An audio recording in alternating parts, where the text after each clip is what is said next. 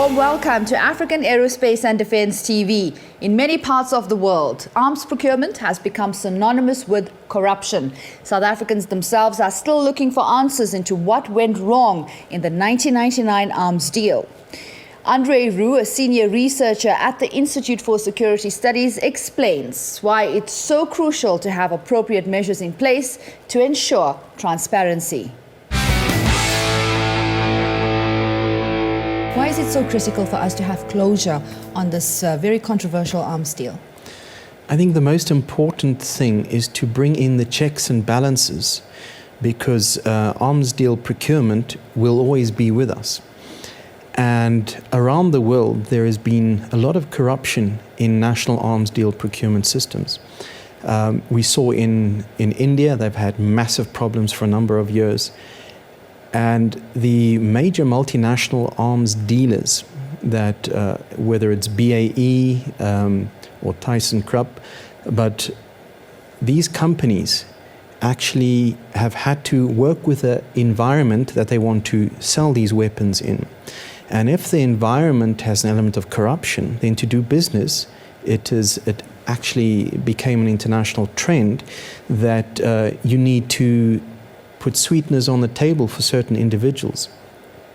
And this is plain and simple corruption. So it becomes an expectation as well. That's right. And in fact, in Germany, for instance, with our Corvette purchase, ThyssenKrupp who were the suppliers of the ships, they were subject to regulations in Germany which allowed them to pay bribes. It was not illegal to pay a bribe. All you have to do is declare it for tax purposes. Mm-hmm. So this is the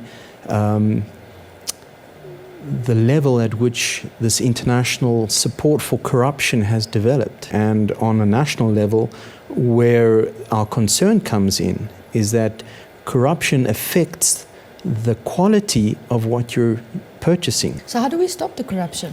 What kind of intervention is needed? I think a great deal of progress has been made with the procurement agency within the Defence Force environment, in that checks and balances have been brought in. There is a more open process in terms of the tender process.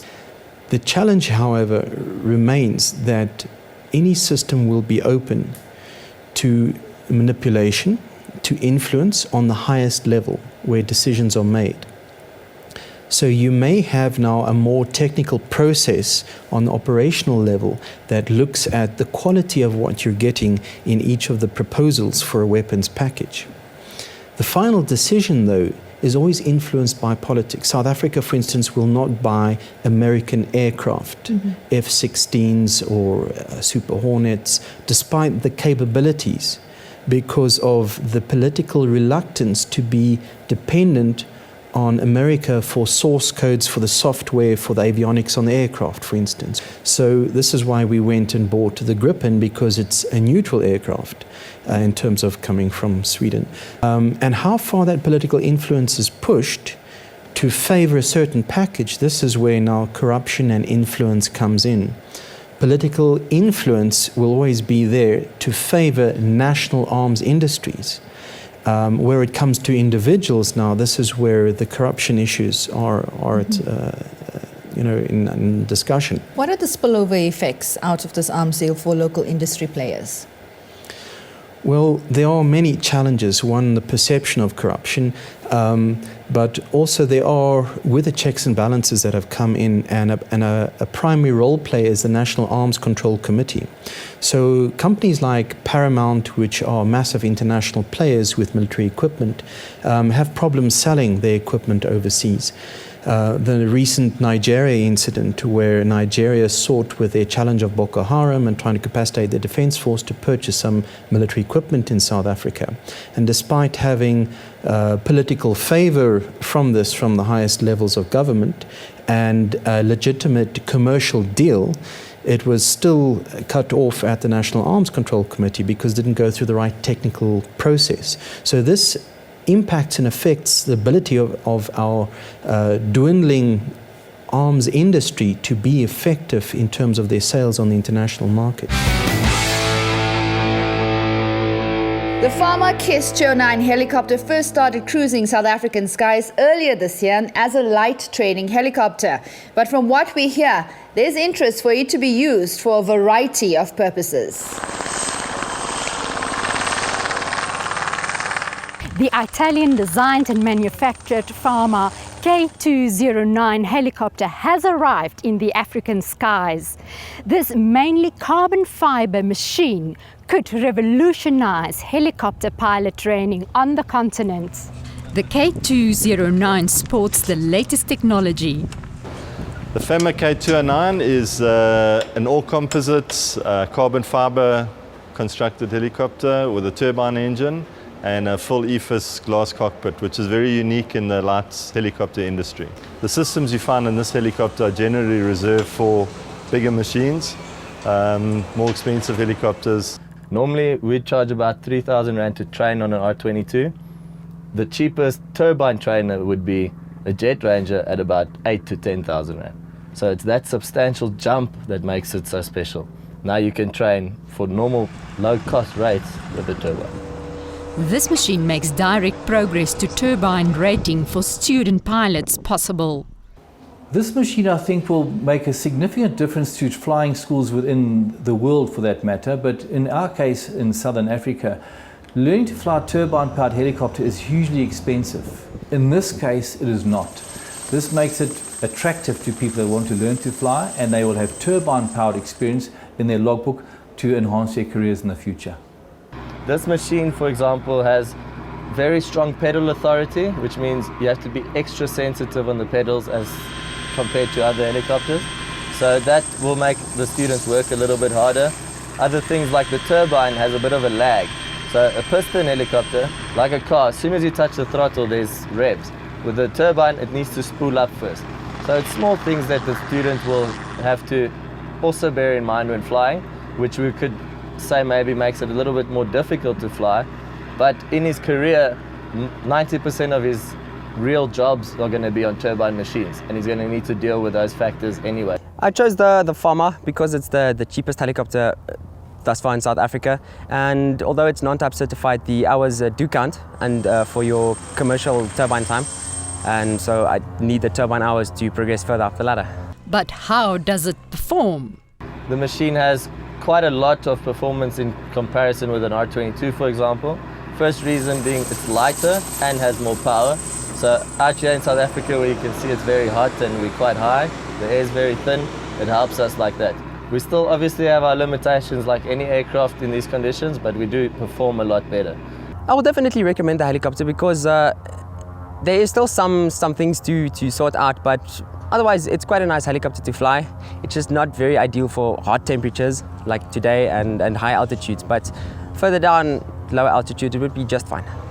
The fixed undercarriage version costs about 2.5 million Rand, and the operating costs are around 700 Rand an hour. For those in Africa eager to own one of these flying babinos, the good news is that there's an assembly facility in South Africa. Your standard maintenance, your scheduled maintenance on the helicopters is very little to be done. Unfortunately for the maintenance companies, fortunately for the owners. They're very, very simple to maintain. They're not technically involved. Generally it's going to be a good machine for owners and not for maintenance companies, because the owners are going to save a lot of money on them. Currently, 3 more K209s are being assembled in South Africa. Keeping it stupidly simple, as the father of the K209, Nino Farmer, would say. The race is on in the African skies for being the light training helicopter of choice. Marise de Klerk, AADtv.